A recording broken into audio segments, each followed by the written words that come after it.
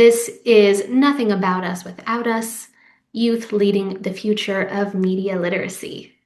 If we haven't met before, my name is Kinsey. I use she, her pronouns. I am a white woman with chin-length brown hair, and I'm wearing some large, round, wireframe glasses that kind of have a purple tint to them. I am also wearing a ribbed dark gray t-shirt, and I'm in front of a blurred background. And I'm also the programs director here at the Roundtable. Although we're all convening today online via Zoom, the Roundtable would like to start by acknowledging that we do work and live on unceded lands. Mannahatta, or the place also known as New York City, exists on the contemporary and ancestral homelands of the Canarsie, Munsee, Lenape, and Wappinger people. These sovereign nations and communities are still thriving here, and we continue to occupy their lands. So we would like to give a moment of respect to them, as well as to the Black, Brown, and immigrant communities, which have helped build the city we know today. As we recognize that all of our pasts, presents, and futures are intertwined, again, we're going to uplift in the chat a handful of contemporary Indigenous arts organizations that we'd love to highlight that we feel that we can all learn from. So if you haven't before, save these links. Check out these organizations, support them with donations if you can, and I do invite you all on the call. If you have other organizations that you would like to uplift and share, please do so in the chat as well. Thank you.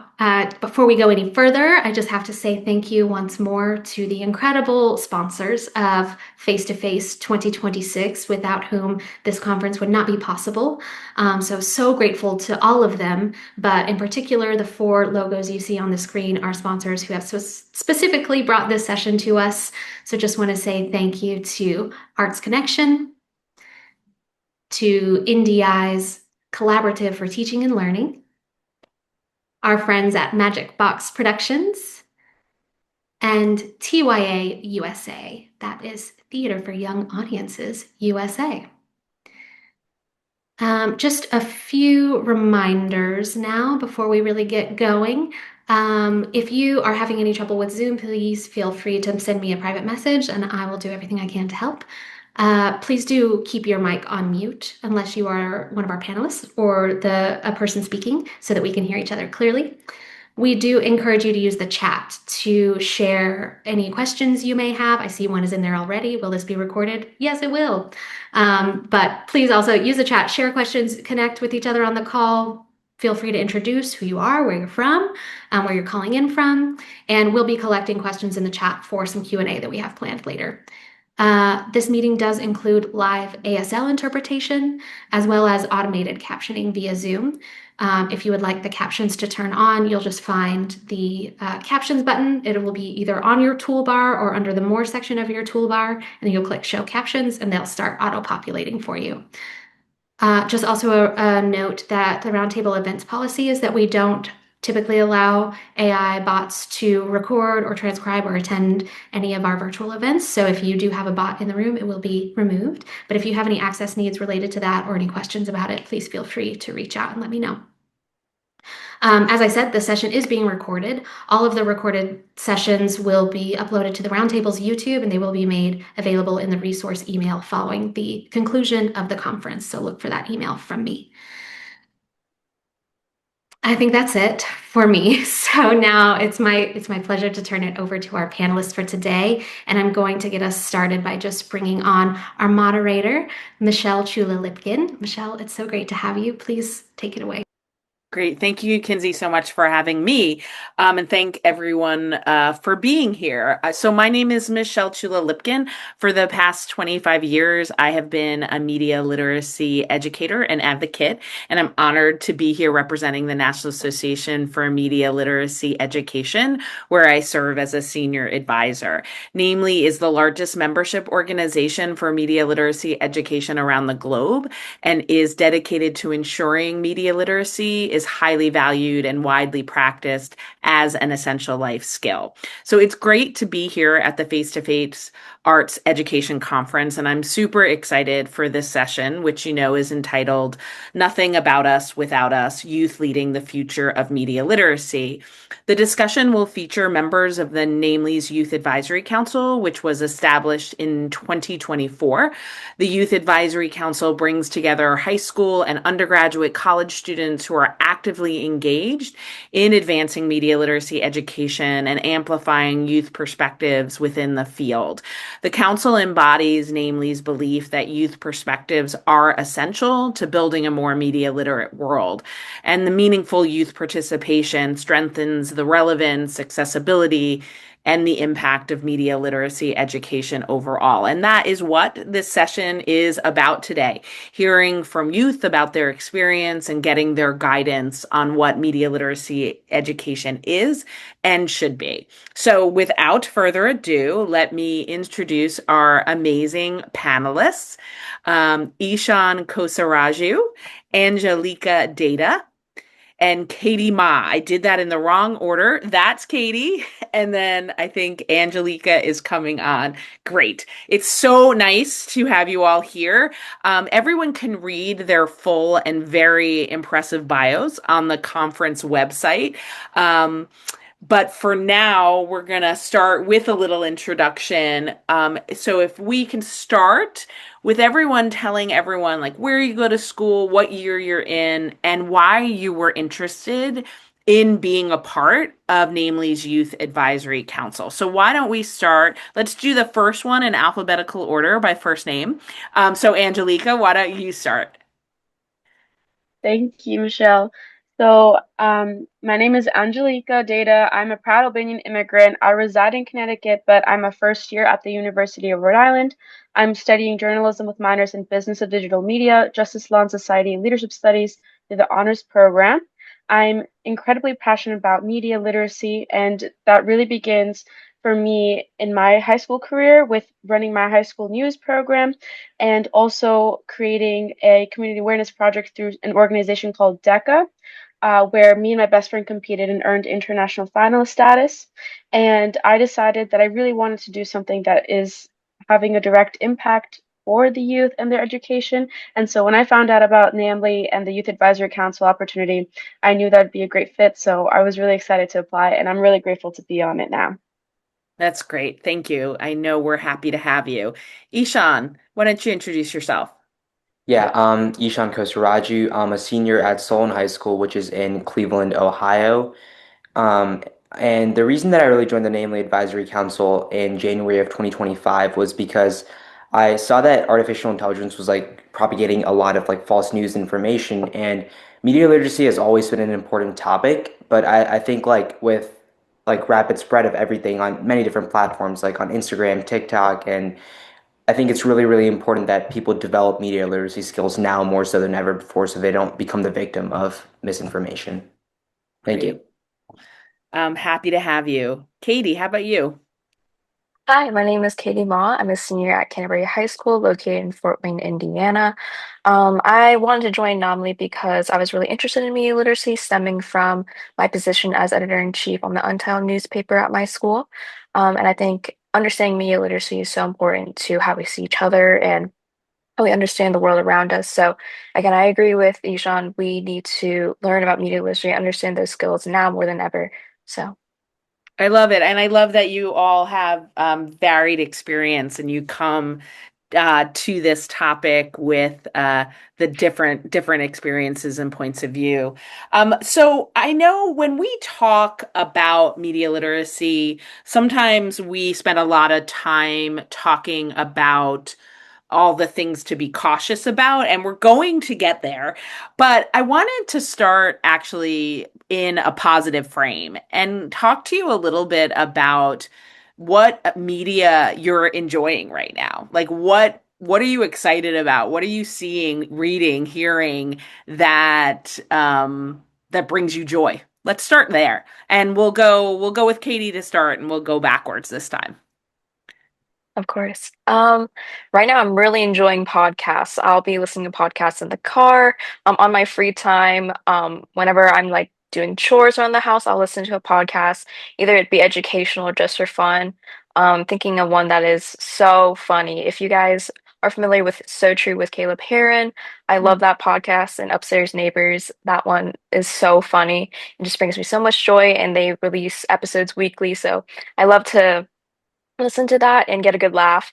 But I also like to listen to NPR News to get my daily fix to make sure I'm staying in the loop and understanding what's going on in the world. Oh, that's so cool. I didn't know either of those. And so now I have more podcasts to listen to. Ishan, how about you? What are you enjoying these days?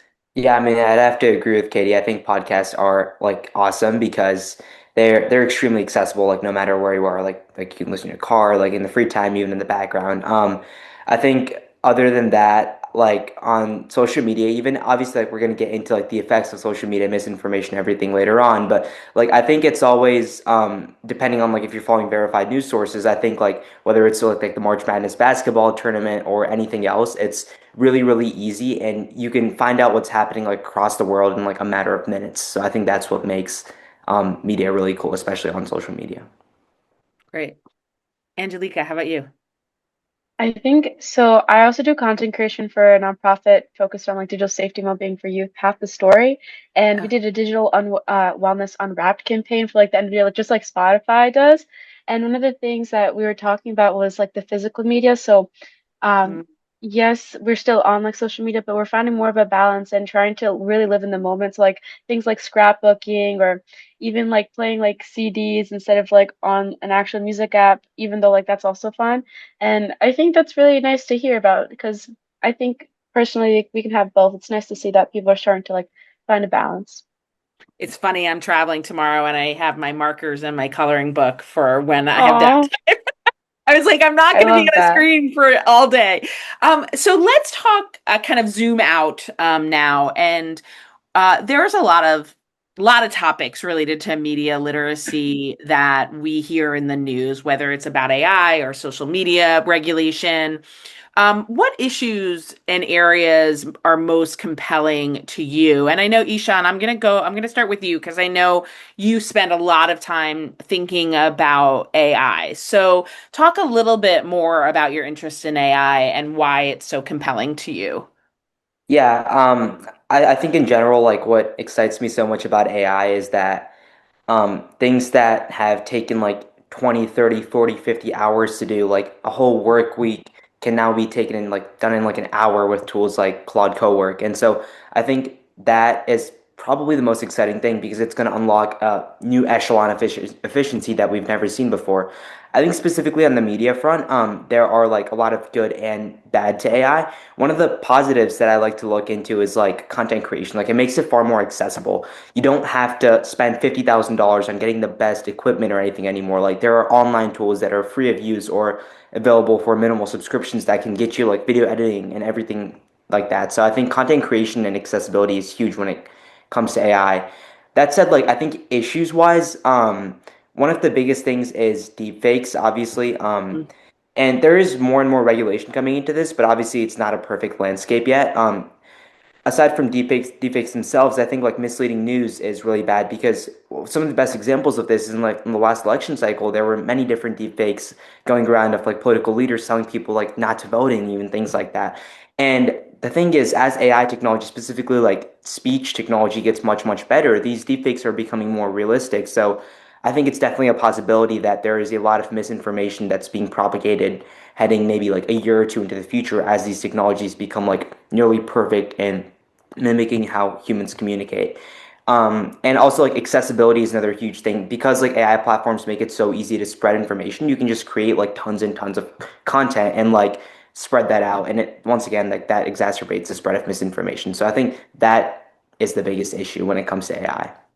Those are such important points, and I think that I'm amazed at how you covered so much of that in just your answer. And I think thinking about the advancement of technology, right, and just how good these tools are getting in what we're seeing and hearing, and it just speaks to how important what the work that we're all doing is, and bringing those media literacy skills to everyone. Angelica, how about you? What are you thinking a lot about? I mean, you said that you're a part of a digital wellness organization, which is fascinating. So tell us a little bit about the issues that you're thinking about. Well, so for me, I have two main things. Because I'm a journalism major, this is something that I often talk about within like my classes or with my peers. I know Ishan mentioned was talking about it too with like misinformation.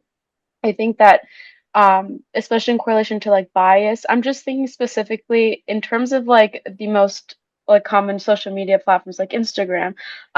When it comes to youth, a lot of algorithms, they're designed in a way to keep people scrolling and keep them addicted to it. And I'm just thinking about like last week, there was the landmark social media trial where Meta was found negligent and for Mhm. all the youth's mental health and whatnot.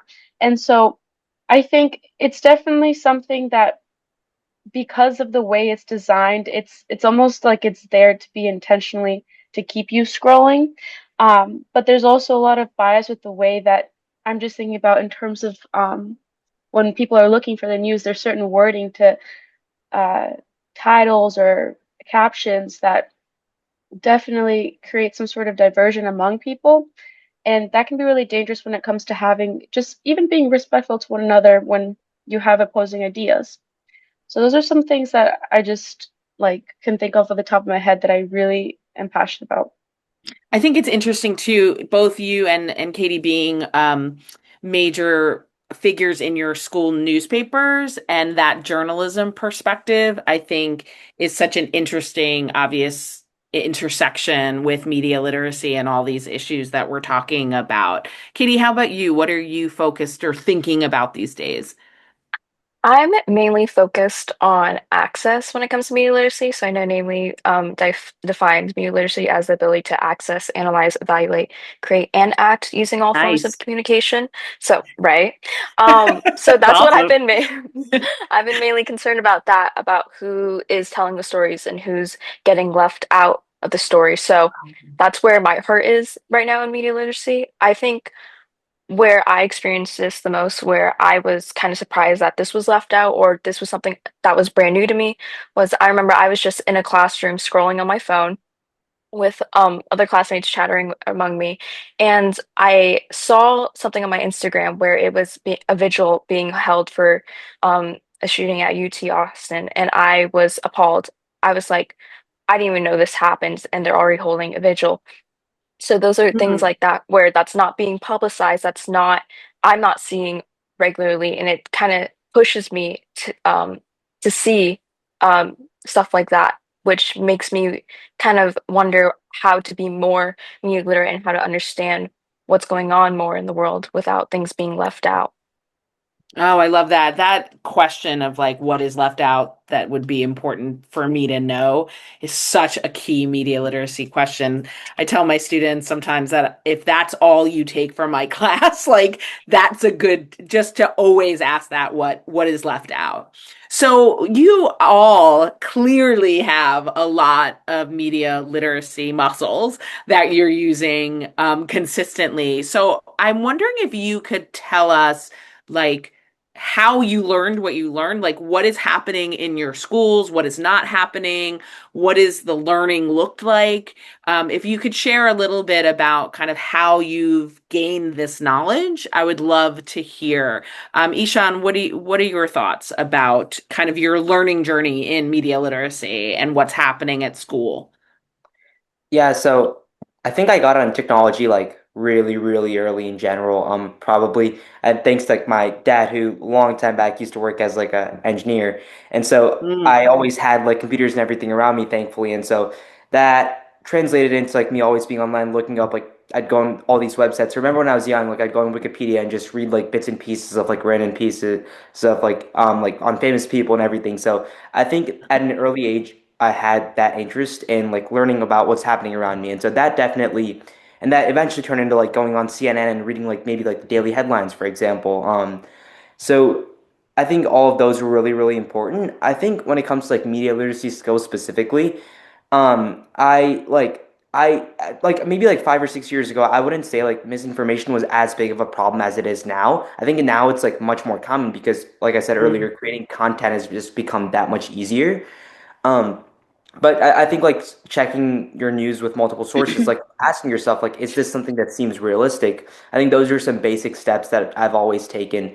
But then when like AI rolled around, like most of the things even now, like on social media, like for example, like videos, you can tell like something is like AI, and maybe like 2 years ago it was very, very easy. But now like AI almost it can make up like maybe 15, 20, 30% of the content that, and even more depending on like what the algorithm is feeding you of like what you're seeing on these platforms. And so I think that really makes once again like asking yourself like is this realistic and checking your information. Those are the two key things I think with AI that are becoming like ever more important.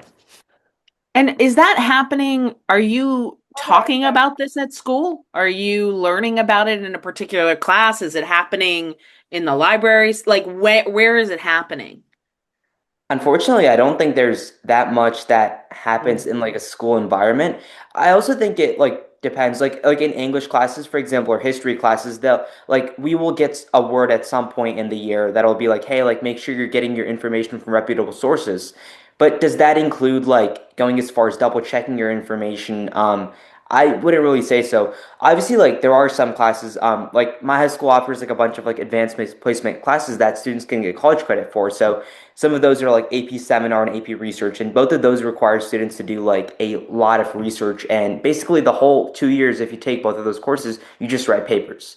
And mm, so I think in courses like that, it's definitely more important. And I think there probably, I'd like to assume there's some decent education when it comes to media literacy, but in the vast majority of other courses, I don't really think so. And there's no like, I think like some states like California, for example, are like moving forward in terms of creating yeah. like AI literacy curriculums.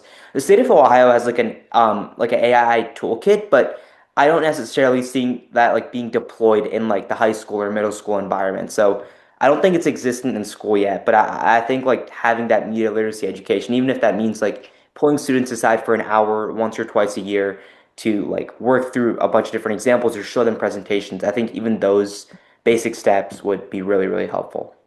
Yeah, I'm actually gonna ask Kayla is here from Namely, and I'm gonna ask her to put in the chat the latest policy report for media literacy now that actually does break down what states have active policy happening for K-12 education. I know Namely is working really, really closely on these issues and making sure that K-12 education consists of media literacy through the life of a student. Katie, how about you? What does it look like in class? What does it look like for you? Where are you learning everything that you know? I feel like my experience is pretty similar to Ishan's Okay. experience. We're both from the Midwest. I feel like Indiana does not have as many resources when it comes to media literacy. What I'm hearing in my classes are just don't trust everything you see online and check your sources. But even beyond that, it's kind of harder. You need to really double check what you're seeing. I just recently learned in my AP seminar class, like last year, you can't just trust like anything that has .edu or .org, Mm, even though when I was taught in middle school and elementary school, those are the sources you can trust. Anything that's like .com or anything that's like a little less a little less reliable, but that's not exactly the case. So that's what um, I learned recently, but I feel like we can do more in terms of it. Like we are not really like digging into how media is being constructed or how it genuinely influences us emotionally and psychologically. So I think it's just like more about understanding media that I feel like we as students are lacking, and I feel that educators could help us do a little bit more. yeah, that's an interesting point about the how technology has changed the skills that we need a bit. You know, the point that you made about .edu, .org, .com. Like there was a time, a simple time not that long ago where that felt like a good first step, but we're learning that that isn't actually like these checklists don't work as much as the deeper critical thinking that we need. Angelica, how about you? I'm sure some of Yes, it's similar, but what is your experience? Because you're on the East Coast.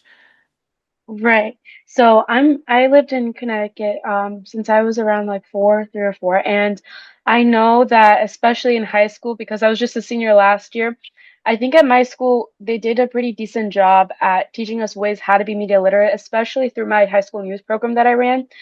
We had a social media account. We were really diligent about like what we posted, and we had to make sure that everything was accurate through that, or when we were reaching out to different sources, whatnot. So I see it in that aspect. But even with computers, I know we had like a strong or sorry, I know we were talking about like access before too.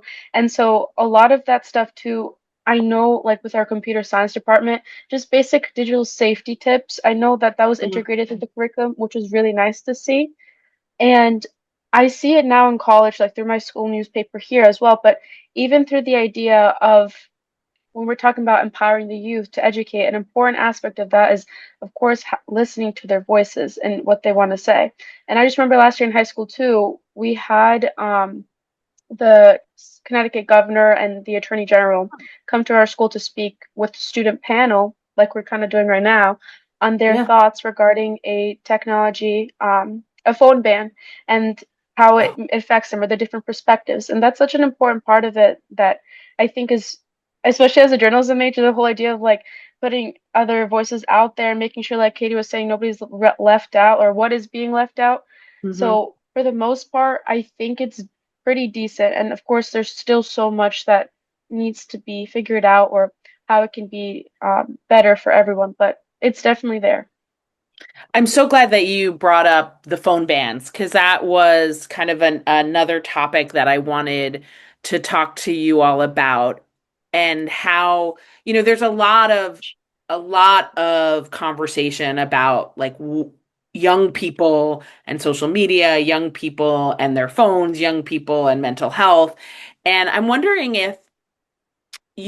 first of all, if you have an opinion about the kind of push to ban phones in schools and also to regulate social media heavily. We know that like Australia has a ban now for anyone, under 16 is not allowed to be on social media.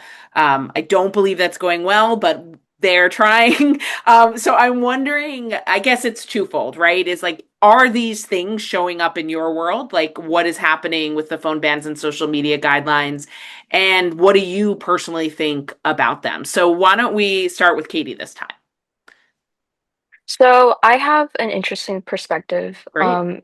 for at school. I go to a private school in Indiana, so our student population is about like 200. There's about Wow. 40 kids in each graduating class. Like my graduating class is only about 43 people.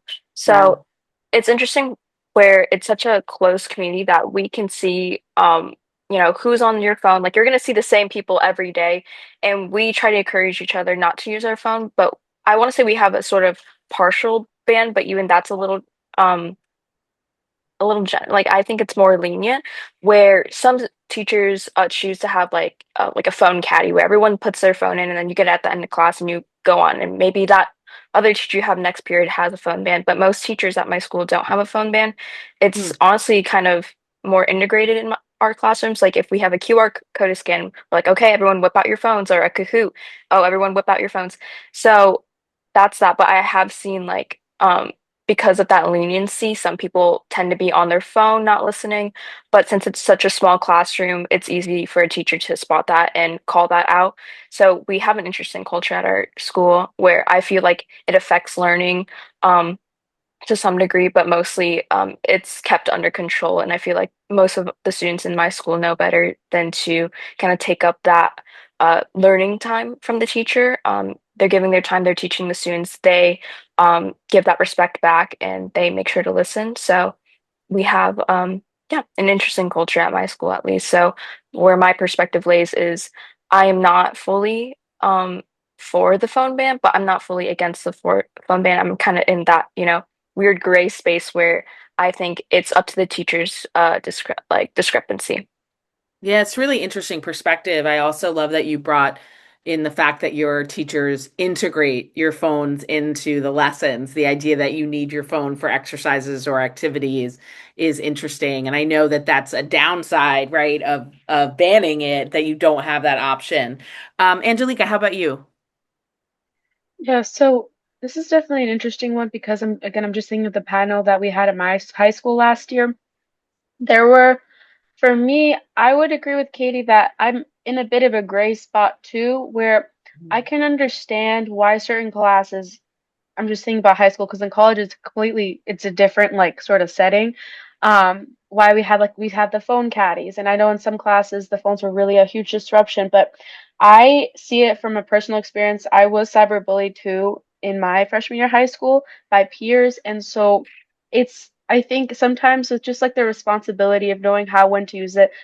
The whole idea of having like social media be regulated, it's definitely tricky because even tying it to the whole what's happening in Australia too, there's something called VPNs. Like people can switch their VPN so they're in a different country. They will Mhm. still find a way to be able to utilize their social media. It's just it's really complicated. I definitely would say that. But I don't think that completely banning them would truly fix much. I more see it as like a band-aid. Do you know what for like a Yeah. bullet hole or something like that? I think is the Oh, phrase.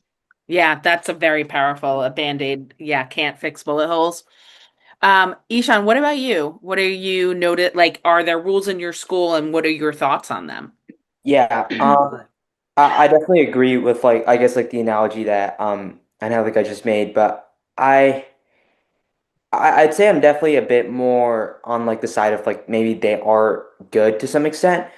So for a bit of context, like we used to have like phone caddies as well in my Mm. sophomore year of high school, so 2 years ago. But then last year, so in starting 2026, the 2025-2026 school year, I'm pretty sure that's when the state said you have to have a phone policy. And so Mm. my school decided to go with the ban, but we started it a year early just to make sure that like everything goes smoothly for like when we actually need it. So it started in my junior year of high school instead of my senior year. People like I think this is kind of expected with the nature of like high school students, but they're gonna bring their phones out like when they're not supposed to and when the teacher's not looking. That's just a part of it, and you can't really do much to like stop them when they're doing it under the table. And so that I do think though like the biggest benefit of like phone policies is like if you do allow them in class or if you let students to keep them, then yeah, they're going to use them and they're going to be a huge disruption at the end of the day. So I think it definitely reduces the amount of distraction because like not every single person is going to spend like 45 minutes of class like on their phone like they might have if the teachers didn't care as much like in the past. So I think in that light, it's definitely good. Another thing is like like if people can't bring out their phones, like they're talking to the other people at the lunch table instead. Like I know people that would just sit on their like phones 2 years ago, for example. That doesn't happen anymore. So I think Mm. in both of those lights, it's pretty good. As far as negatives, yeah, it's like a bit restricting, and there's like some things you can't do. But then again, like I think like it's definitely a net positive, and there's not like a huge disadvantage that I personally can like think of. Like I mean, I guess the only one is like it's kind of hard to like contact somebody like your parents. That's a pretty big inconveniency, but like hoping that that doesn't happen like every single day or you have some other method of communication, I think like the bans aren't necessarily bad.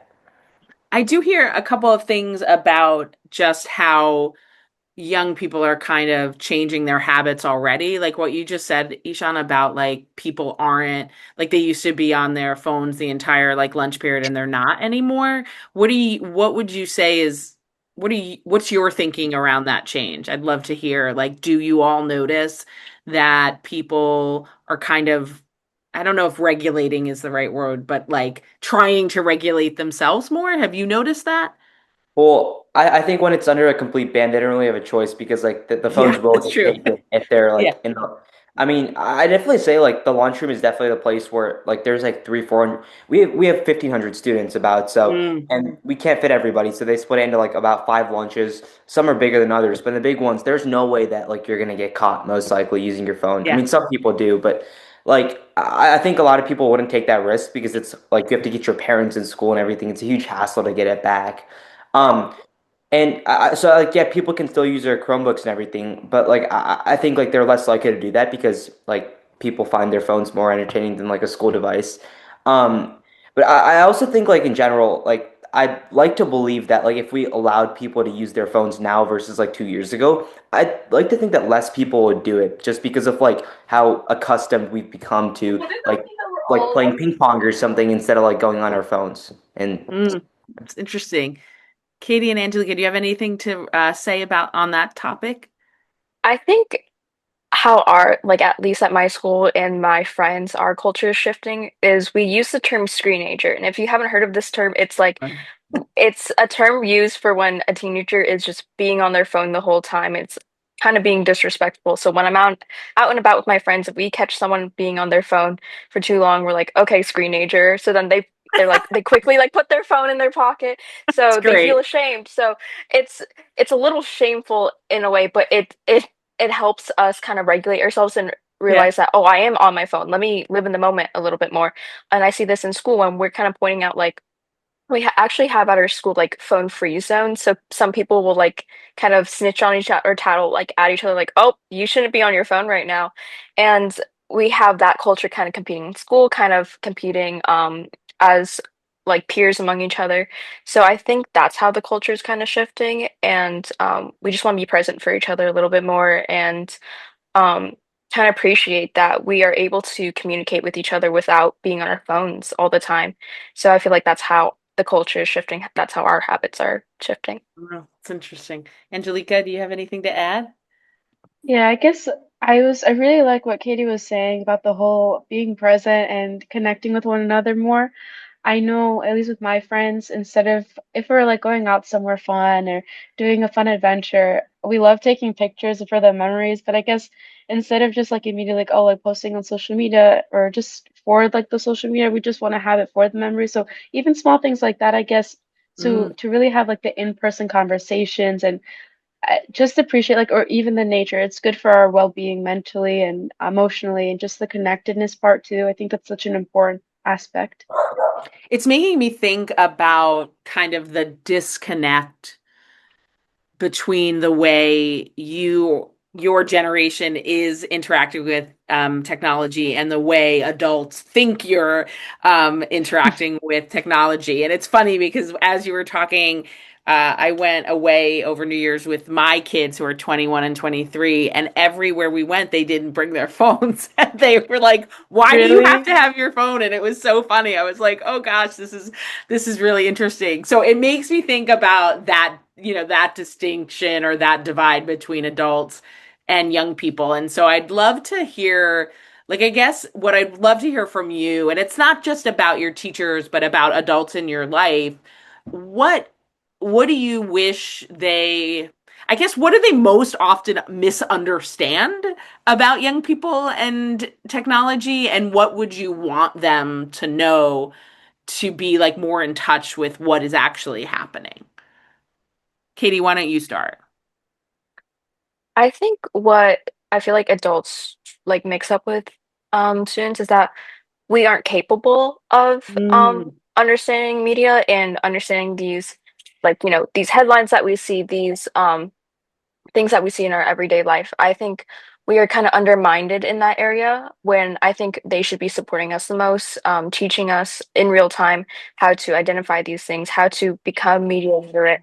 I think fully kind of wiping us out of the picture, kind of like being like, oh, I don't think this is like you could understand this yet, is extremely interesting to see how that dynamic plays. I think if we start emphasizing media literacy a bit more in the classroom, uh, we'll get to that point where youth can understand what they're seeing instead of kind of leaving it up to the adults to interpret for them. mm, that's powerful stuff. Ishan, what do you think? Yeah, I think like technology and I think adults would more likely think that people are like spending too much time on their phones or like jumping to that assumption, which I'm not going to deny, like it is true to some extent a lot of the time, Hmm. but I think like having access to devices definitely brings a lot of benefits as well because like I mean, I don't think like every single person necessarily uses the newspaper, but like I think people underestimate how much like teens get their information and things like that from like social media services and other places like that. And like there is misinformation, but there's definitely like reputable news sources that like Hmm. post and everything like that. The other thing is like there's a lot of different cool things that you can do with technology, especially like AI these days that like adults might not have known about. And so I think like teens are like way more tech savvy than people that are like 30 or 40 years older than them. And so I think that's also spreading. If you look to like, for example, like the startup world or the tech sector, like a lot of the most like savvy and like motivated people are coming like maybe they're 20, 22 years old because Hmm. they're so experienced in using these AI technologies or technology in general. So I think in general, like technology is going to be where the future heads. And I think like teens have the biggest like head start in understand learning and like developing it. And I think that is why we should be like advocating for more people to use technology in a responsible way, if anything. I know it is so true that I think one of the struggles that I have with like the tendency to want to ban is that these skills are what people want you to have when you go into the workforce. So it's like that is really it's kind of hypocritical instead of just preparing and making sure that you can navigate the tools in a way that you can be successful in your careers with those tools. Angelica, how about you? Like, what do you think adults most often misunderstand? Yeah, well, first, I really love what Katie and Ishan were saying, everything. I know for me, this is kind of funny because literally the other day in my honors poetry class, it's called Intergenerational Exchange through Doodling and Poetry. Oh my We God, like that's your basically, class? yes, it's so Go, cool. So like University a of Rhode quick little like Island. That's awesome. yeah, yeah. Just like a quick little rundown. The URI has like an extension for older individuals called Ollie, and in this they offer this class where they choose poems that they love and they write their little like autobiographies to us. We in exchange like transcribe it based on our interpretations of it, and we doodle because there's like the science behind there's all this like mindfulness and the emotional like what how it's good for your health in that way. And we I actually love got that. to meet them in person, and so we were having this conversation, the whole idea of being listened to versus like just hearing them, because this is one of the things like, oh, so social media or technology. And it was so nice and refreshing to have those conversations because we like all we both admitted, yes, do have these stereotypes. It's inherent in a way, but it was nice to be grounded in just having these different perspectives in like face to face, yeah.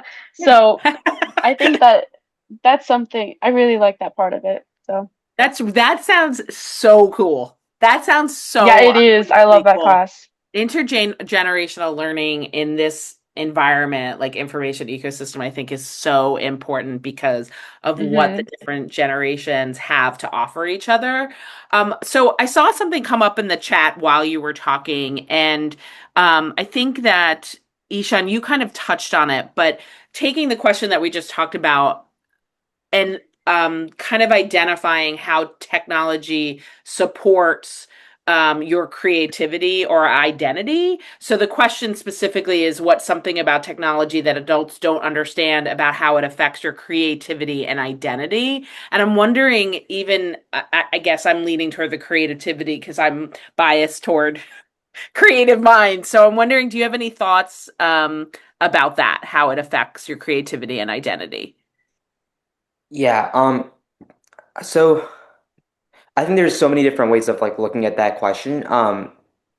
In the school environment, at least, using AI is often frowned upon for almost everything. Mm, Understandably yeah. so, because teachers spend so much time not just grading, but creating all of this content. And the thing that I like to like, I think 12 years of school and college, what it really, really helps you do, obviously, you gain more of like a understanding of specific content and like the field you want to go into in college. But I think in high school, having like that more general education, it really sharpens your mind, and then that gets like even more sharpened in college. And so I think losing that is the biggest worry that we have in general, like as a society. I think adults potentially, like in the school environment, at least, they overestimate how much that is going to happen. Like Michelle, like you mentioned, like using AI technology and having those skills is becoming very, very important. And I think it was a Forbes study found like almost or around 70% of employers prefer like AI skills over like traditional work experience. This study came out almost a year ago, I think. So it's been around. And I think that is really, really crucial. And so like I think promoting the usage of like AI more so is really important. So this like I don't want to go in like just like loops here, but when it comes to like the education system, I think one thing that we lack is teaching students how like AI, like teaching students how AI can be used to like spur creativity, for example. I think like having like a core idea and understanding of something still needs to come from a person. But once you have Mm. like a fundamental understanding of what you want to create or what you want to do, I think using AI to like ideate off of that and maybe like generate different branches and everything is really important. And I think that is something that people should allow more so.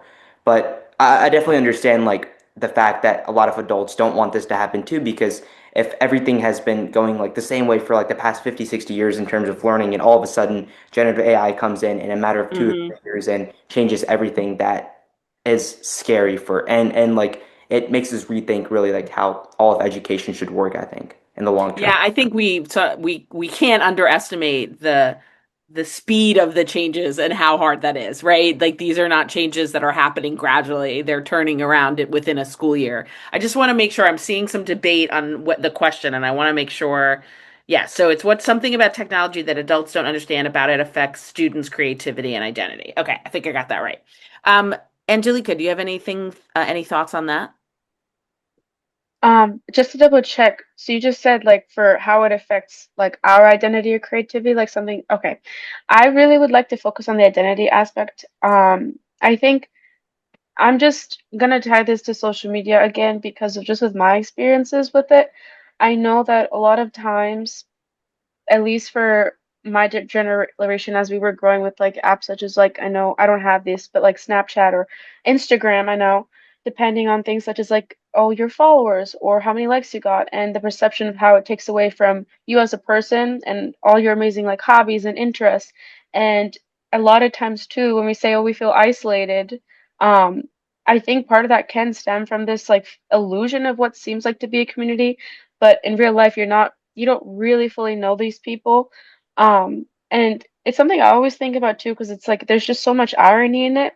And at the just because of this like being there, that doesn't mean we don't still feel that way. I think it's weird to like explain if you don't go through it yourself, but it's just something I hear a lot, at least from like my elder relatives too. So I think that's something, the identity portion of it at least. That's really interesting. Thank you for bringing that up. I honestly, um, I think it's such an important question to see how these technologies. I love this idea of the illusion of community. That's such a great phrasing. Katie, how about you? I feel like I'll take this question in a more creative direction. I think Okay. technology um, allows students to be creative in a way where if they have like a disability or something, they are able to with technology to be able to create this art. They have that ability now.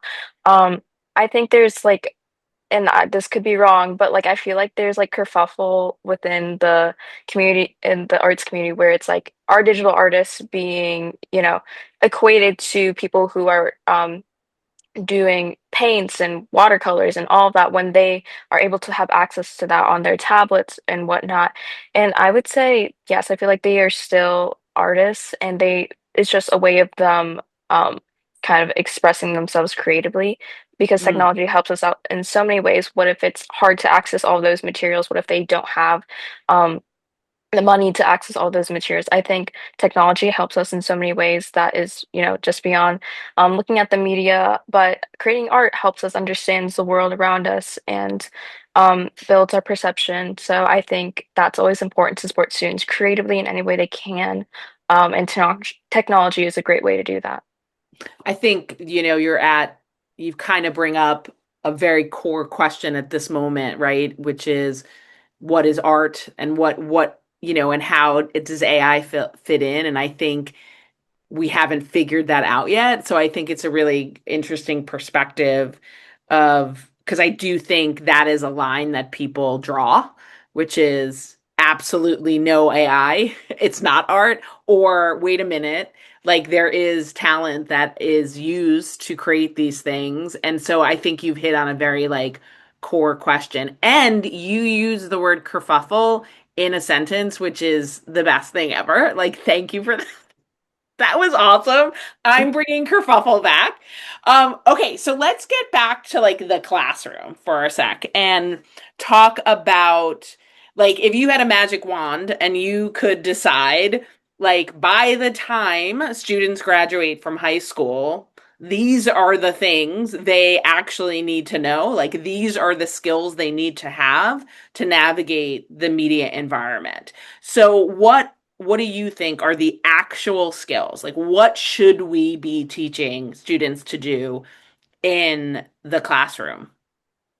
So, Angelica, why don't you start? And you can be as Well, specific as possible. Yeah, okay, so I'm actually working on a project right now it's something called a Lookup Live Innovation Challenge grant, where I'm making these video like education like this educational video series on how to navigate social media after being cyberbullied. But I think that I really love, at least from my high school experience, a lot of my teachers, they really focused on the idea of balance and mindfulness. And I think, Mm, especially, this is just tying back, I'm going to tie so many things to my journalism major because of mm, how much of an impact it has in my life. Um, Especially when you're learning news and trying to inform others, it can definitely take a toll on like your mental and emotional well-being. And I think that's also another aspect of the media literacy, that like the health aspect of it too, your relationship to technology and to people as well. And so I think skills that would focus within that realm, especially because and emphasizing that this landscape of technology, whether it be through like social media or through AI and how it's being integrated into our everyday lives, is always changing, is something that gives a lot of worry, but I think there's certain skills that as we go along will at least help us find or feel like we are in this together in a way because it's I not love easy that. for anyone. Tell me a little bit more about what you're learning, like what skills you're learning in your journalism program that you think are things everyone should know. That's a great question. Um, This is, it seems so like silly, but there's certain etiquette when it comes to having like an in-person interview where it's like you sit down, you know how to like, oh, you shake someone's hand, you introduce yourself, you thank them for that. And that's such an important part. I'm just thinking of like when it comes to like interviews or when it becomes to kind of like pitching yourself. I think that that's such a crucial part of it that is often forgotten because of how like simple it seems. So that's often overlooked, but that's something that my professors always emphasize, Hmm. especially because everybody's time is so valuable. I love that. I wouldn't have guessed that that would have been what you said. I love that. That's just the idea that like learning in-person etiquette in journalism school is so fascinating to me. Katie, what do you think? I think what is most important about learning about media literacy right now, for students at least, is understanding what you see and why you see it, especially with Mm, algorithms and bias, because I can see that like personalized ads and everything, and I can see that my For You page is being catered to me in the most like obvious way ever. yes. But it's also like with that, they're also able to hide things from you, and um they are enabling to skew your perception of things, especially with algorithms and bias. I think understanding that is a key part, since I think media literacy in its highest form for students is mostly important when it comes to social media. So I think if we're talking about social media and that, I think step one is understanding what you see, why you see it, and that bias and algorithm. Yeah, I think those are really important and to me very core media literacy skills. The idea of like we need to understand why we see what we see, why it's different from what other people see, and what impact, those echo chambers and filter bubbles have on us. Ishan, what are your thoughts on the skills people need? And I'm gonna guess it has some of them have to do with AI. Yeah, for sure. I mean, I think Yeah. like, yeah, we pretty much, Katie and Angelica really covered most of what I was thinking about saying. Um, I think like, I guess like I don't want to repeat the same exact things, but I think like yeah, where you're getting your news from and asking those critical questions is really important. Maybe what I would do, like, just because of how like convoluted the whole media space has become, is like keep a list of like five or six different news sources that you're going to use every single day So repetitively. I think establishing that routine is going to be really, really important to make sure that you're keep not only keeping up with everything that's happening and how fast it's happening, but like making sure that you're getting your news from the right place. Um, another like I guess like habit that maybe would be helpful to develop is like fully read through like one or two news stories every single day, maybe. I think that mm, expands your knowledge about like the world in general. And like I've done that for a decent amount of time now. I try to as much as I can. So I think those are two different things that could really, really help. As far as like AI itself, I think like the unfortunate part about this is like sometimes you're not going to be able to tell what the truth is if people are like there's been like a lot of different organizations, for example, that have like I don't know, even like things like towards hate speech and going, and I don't want to go there, but like they've used AI to like recruit members and like post ads and things like that. So it's like it's a sad space to be in. I think a lot of this would have to come from like the organizations that are creating these social media platforms themselves, because they're the ones that have the power to make sure if content that is AI is like crossing like into these platforms or not. And I think making sure that like especially the parts that are harmful and not real stay out is really important. So as far as like AI, that's what I'd have to say. Just because like it's becoming really, really hard to decipher whether what we're seeing is real or not in some cases.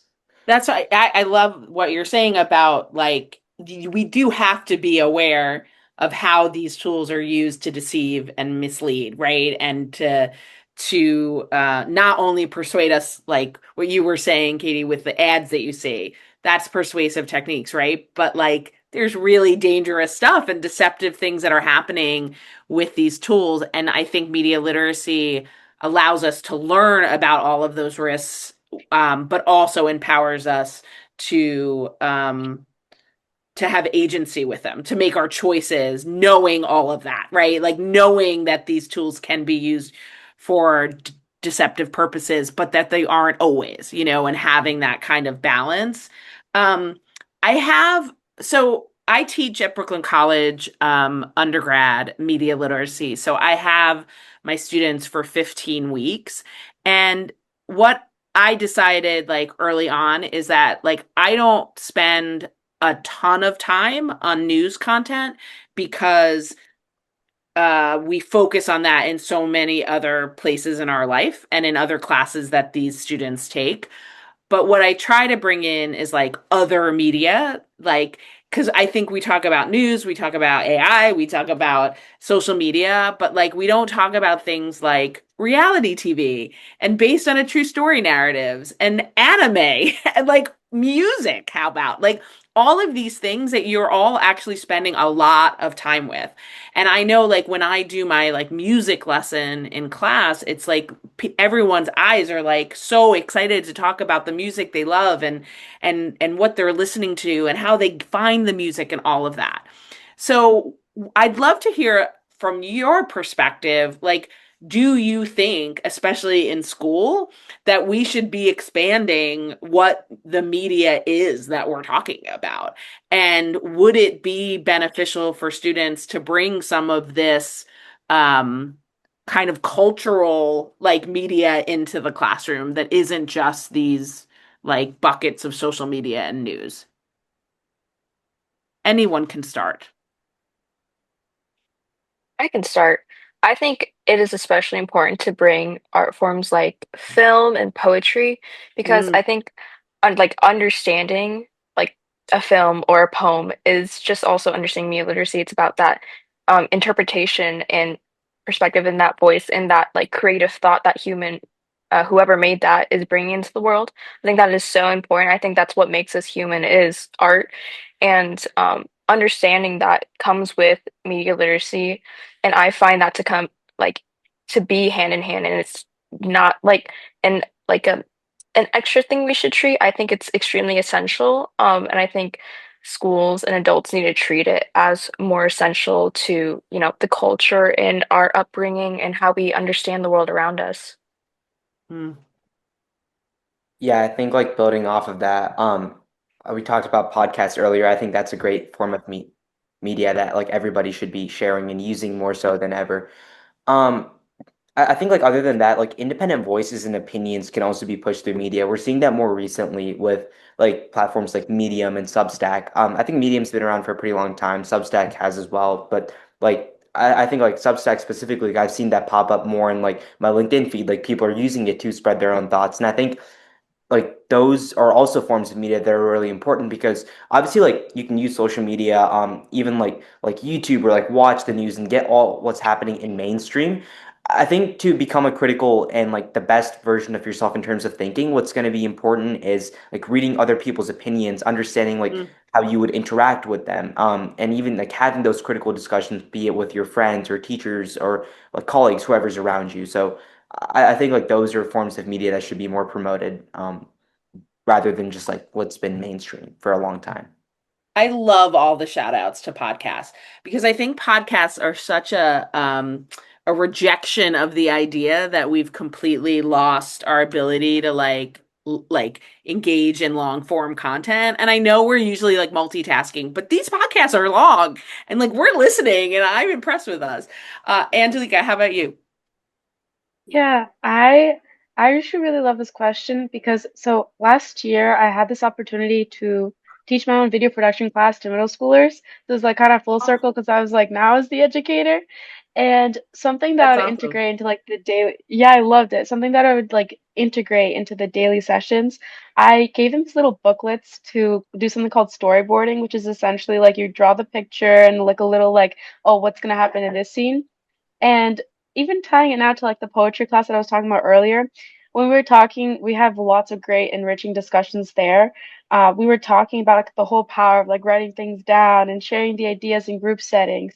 I think just incorporating things like that into daily, just even the classes, I think is something that doesn't have to be so like insane, like oh this life changing like activity or something like that too, but just small things like that to get like I don't know kind of get their like creative juices flowing and whatnot, and still find a way to interact with one another like in person is a really good part of it. I love that. What else did you take away from teaching that course? Yeah, I took a lot from it, and I know I remember my teacher saying this a lot too, and I didn't understand it until I was in that position where they learned a lot from the students, because of like they were like they're I know I would say like I'm only 18, but they were like a lot younger than me, and just seeing like I don't know, just their different like perspectives on things or just having like normal conversations about everyday things. I think that was really cool. Um, because we're often like, oh, it's like go, go, go, but then it's like, even though they're still younger than me, they have a lot to offer when it comes to just like interacting with another too. I really love that. I do miss it a lot. Yeah, my husband always jokes because I'm like, I learn more from my students than they, Mm. they teach me more. And he always does like the dramatic, like after school special Oh my music. Because like gosh. every class I come Aw. home and I'm like, I never thought of this. Like, it's Oh. cool. Teaching is awesome. Okay, so let's talk a little bit about, I think a couple of times it has come up, and you probably have all mentioned it, but this idea of like healthy media relationship, and maybe Angelica, you brought it up when you were talking about the need for balance and mindfulness, like almost like education on how to be balanced and mindful. So I'm wondering if like what that means to you. Like what does healthy media use look like to you, and how do you think schools can support that? So, Katie, I'm going to call on you to start us off. I think what our perception of healthy media, like having a healthy like media relationship is having like 0 hours on your screen time, and I can tell you right now that that's not true. But I will say if I'm on spring break right now, if I showed you guys my screen time right now, everyone in this room would be appalled. Like, but I think what is with that being intentional with media is that with my Love that. screen time, I'm using most of it to maybe look at the news, maybe to read something like on an ebook or something. That's why I have such a high screen time. I think it's about being intentional about what you're using your phone for, what you're using the media for. Knowing when media is like adding value to value to your life rather than taking it away from it. And just knowing when it's just like background noise and when it's just, jibber jabber, like it's nothing important. I think having that balance and having that space to like maybe disconnect and reflect is important. And that's what media can offer you. So again, within Angelica, I think balance is the most important thing. And it's not just about being on social media all day I think to be that's, healthy. I love that you're like kind of smashing the idea of screen time, like, and the idea that, like, yes, if you looked at the number, you might be like, what are you doing? But then when you really break it down, like, well, this is how I'm using it, and this, and the idea of being intentional. I love this idea of making sure media is adding value rather than kind of taking it away. That's kind of a beautiful, beautiful concept. Ishan, do you have thoughts? Yeah, I think it's a lot of the same things. Yeah. Um, Katie covered it perfectly, but like whether we, I don't want to be pessimistic, but whether we like it or not, like media is going to be here to stay, and most likely, like what the amount that we use it is only going to go up because, I think AI also plays into this. Like technology is becoming more and more important, and that's exactly where like social media is, and so more people will end up spending time online. I think once again having that balance is the number one thing. Like what I personally like to do is I guess I'm lucky in the sense that like I don't get carried away by scrolling for some reason. So like I'll spend maybe like 5 to 10 minutes of time and then like I'll get bored of it. But if you don't get bored of it, maybe like forcing yourself, doing something that like putting your phone all the way across in some other space or something like that. Oh, and maybe if you're lazy, like that's gonna help, for example. Like I know that would help for me and a lot of times. I think finding simple things like that could really, really help in terms of limiting how much you're using your media. And then again, like what are you using it for is really important. So like even if you use your phone for maybe like 5 or 6 hours a day, make sure that like 4 or 5 of those hours are not on TikTok or like Instagram Reels, and they're like maybe you're like watching a podcast or listening to music or something. I think those are more reasonable uses of like media. So I'd say like establishing that balance, and also like the number one thing is like make sure you're really going outside and like talking to people. Like I think like obviously you do that in school, but let's say like I don't know, like if I'm working from home or like if I'm in spring break, like I make sure that I take some time to like meet up with my friends or do something. Like I think that face-to-face interaction is something that will last no matter what happens with technology. And I think maintaining as much of that as possible, whether you're in the workspace or at home or in school, is really, really important. I love that. I love the idea of um putting your phone across the room. That used to be the trick with, like, if you couldn't, your alarm clock, you put it like away from the bed and you'd have to get up to turn it off. And it's like the same exact concept. I love it. Yeah. Angelica, how about you? What do you, I know you spend a lot of time thinking about this. So is there anything you want to add? Yeah, I think so. Tying it, so media, when I'm just going to tie it real quick, like the whole term of media literacy, I actually, because this is the video that I was working on for like our like campaign. Okay. So one of the main components of it is access, and that you may not directly think about it, but even just knowing things like, oh, how to adjust your settings and whatnot. And so when I think of social media platforms, I like Instagram, TikTok, Snapchat, I know there's certain features. You can mute stories, or people often say the follow the people that inspire you, or don't make you like don't bring in a lot of comparison, because that also can greatly affect I get like I work just with my work with half the story, things such as to an extreme, unfortunately, when it comes to like body image, or um, the way you view yourself as a person based on accomplishments versus like who you are, like your hobbies and interests. And I think that it's so important too, just as to emphasize what everybody else was saying, that even if you are spending a decent amount of time on whether it use your phone or computer, finding a divide between, hey, sometimes it's maybe like an Instagram reel, the other time it's like an ebook or a podcast. And I think not beating yourself too much about that, because there are some days we just, even though it's not necessarily like, healthy, just want to go scroll and scroll. Um, but we're just human. We're gonna like mess up, quote unquote. Um, so that those are some things I think at least have helped me, or that I've noticed have been just basic tips and stuff like that. Do you, like, you were saying that you taught middle schoolers. So one of the things I wanted to ask all of you is that if you like mentored like a sixth grader, let's say seventh grade, if you were mentoring a seventh grader who just got their first phone and first social media account, like what would you share with them? Like what are the thing, like what are like three things that you're like, dude, this is where I messed up. Like, these are my tips for you to have a better experience or whatever. Katie, what do you think? And then if anyone has questions, please put them in the chat, because I am starting to see them be populated in this document I'm looking at and would love to hear more. Go ahead, Katie. I don't think I necessarily messed up in this regard, but I've seen a lot of my peers around me mess up, and they're in really close proximity to me. It's just that basic online safety, making sure Okay. that you're safe.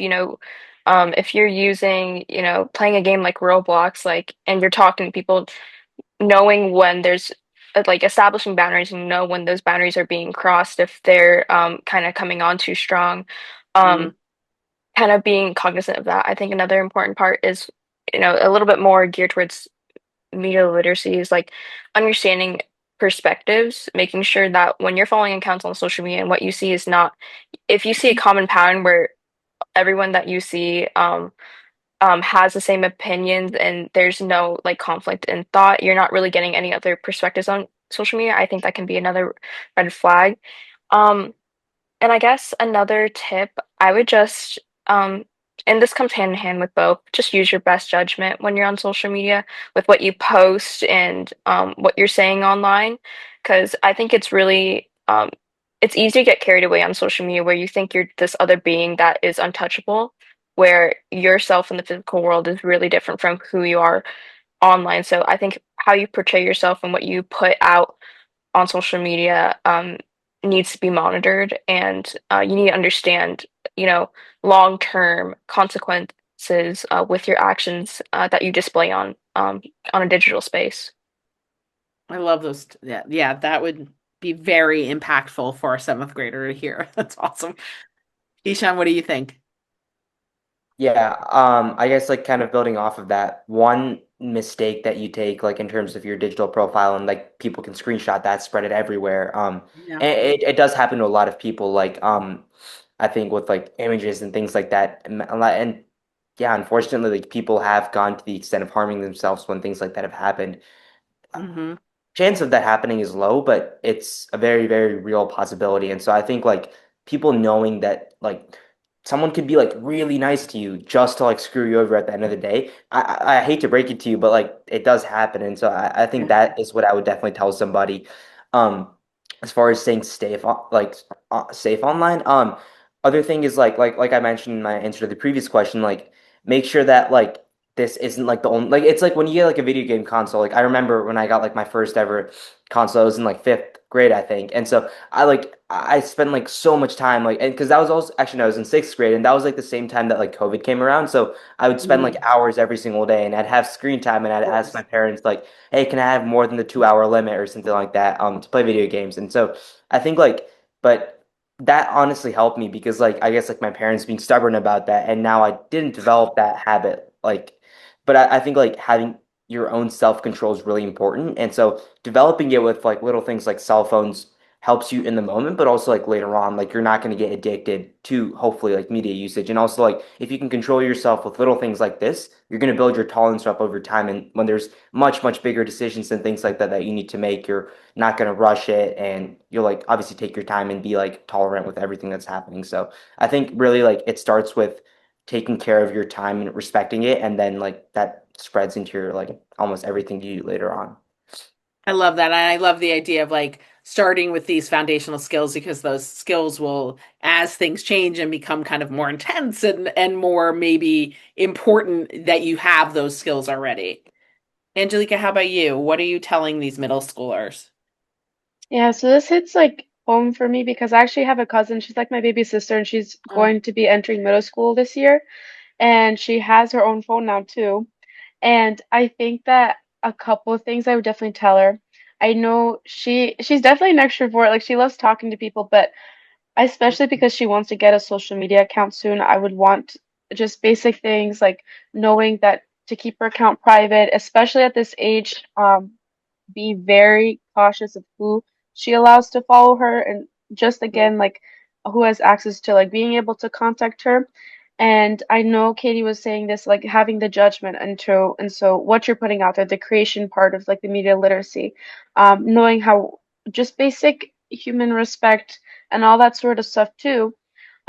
But then the other side, because I know like the balance part of it, like I know at that age too, developmentally, there's a lot that's happening, and I wouldn't want her to think that, oh, just because she doesn't have a certain, I don't know, outfit or a certain brand or a certain body type or something like that, like that doesn't mean she's not like beautiful and awesome and capable of all these amazing things. Because I remember at her age, like that was something that I really struggled with. And it's really sad because even though at that age, so many people are, I'm thinking more so adults are like, you may understand things that you're told, oh, you can't because you're a child. She has even more access to like the social media and Mhm. technology than I did, which is insane to think about because we did have a lot of access to it and it's only like growing. And I would just also want to let her know that like because I'm really close to her, obviously like that I'm someone she can talk to if there's anything because that's such an important part of it as well that it's scary to talk about things, but I'd rather let her know that like, hey, I'm here for you. Or if it wasn't Yeah. somebody that I didn't know, like n letting them know of the resources that they're not alone. Yeah, I love that. Guys, this is great advice. You guys need to write a book together. Um, I think, yeah, I actually think that would be a great, actually, I have a podcast idea. It comes all together. Podcast where you guys talk to middle schoolers. Oh. Done. I love it. Okay, so there's one question, that I see from Corey. They asked if social media is mostly about constant input, what would it look like to create space for reflection for teens? Do you have any thoughts about that? Like, where do you create space for reflection? I'm not sure, Corey, if you're saying like on technology or just in general, but let's see what you have any input about that. I think you're Oh, muted. I just realized. Sorry, I And didn't want to also cough into the mic. yeah, I was like, did you sneeze? Because God bless you. Sorry, go ahead. Thank you. Yeah, no, I'd love to jump in here. I think like online forums are like a great place to do that. Oh, interesting. Like Quora's one that comes to my mind. Like Reddit's obviously like a lot of people will get on Reddit, like high school students I know. Hmm. And those are like the problem with these platforms I think that we've historically had is like there will be like trolls and people like that, and also people that just have like bad advice, conflicting perspectives. But I think if you want to create a space for like free speech and reflection, from what I've seen, like a lot of people like on Reddit have done that. Like almost virtually any topic you want, if you search it up, like, and it's not like a question that like Google would just randomly answer, or like you're not